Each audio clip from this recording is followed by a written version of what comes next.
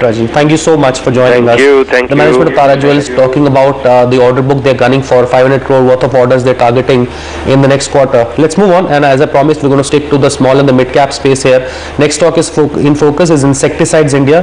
To run you through the performance, the top line came in at 118 crores versus 105 crores on a year-on-year basis. The PAT came in at 4.65. The PAT didn't grow much actually on a year-on-year basis. The PAT came down. Let's understand the reason for the sluggishness. Rajesh Agrawal, the MD at Insecticides India, joins us on a phone in Delhi. Rajesh, to what can we attribute the slight dip in the profitability for the third quarter? What were the reasons behind the same? If we look at the results in totality, we will find that there is a growth in the EBITDA margins actually. But yes, PAT has come down because we have done a major expansion in the last year actually. We have set up a new plant at Dahej in Gujarat. So in that plant, lot of investment has gone actually, and along with that, there are some loans built up actually on the company, so which has increased a little, and also there is a load of depreciation which has come in. So generally this quarter is a low quarter actually. If we look at the agriculture practice actually, the second quarter is the biggest quarter. So third quarter is little low, and at present the plant capacity utilization is roughly about 50%, which will grow to 60% in this quarter. So I see improvement actually as we grow on the capacities, and I believe that we should improve it to 70% level by April, May. So then this will start showing the performance. At present, yes, that impact is very much there. So what were the factors behind the 140 basis point jump in EBITDA margins?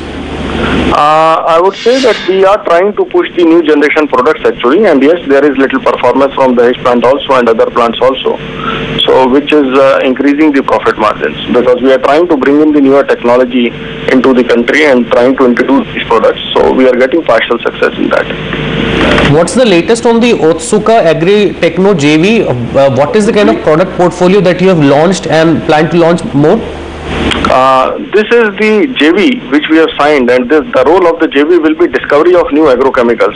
This is relatively a long-term target actually, because discovery of a product may take 2 to 3 years, and practical in launching of the product may take the similar time, say not possible before 3 to 4 years actually.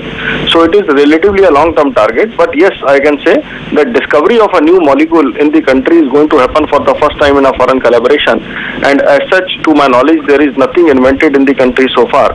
So this is going to be a big breakthrough, because our farmers will get the new generation product immediately as it will be launched actually. So this will be a great beginning for the country, I would say.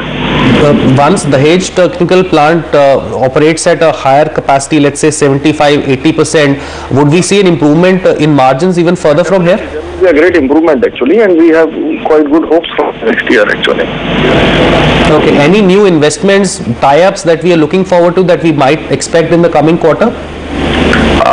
I don't think that there are much announcement for the new quarter, but I would say yes, we have introduced new products, and some of the new registration for our new technicals have also come in, for which we will start production.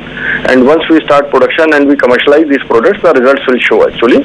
And for the next year, we are expecting that we will be strengthening or working specifically on 3-4 new products for which we are getting the registration.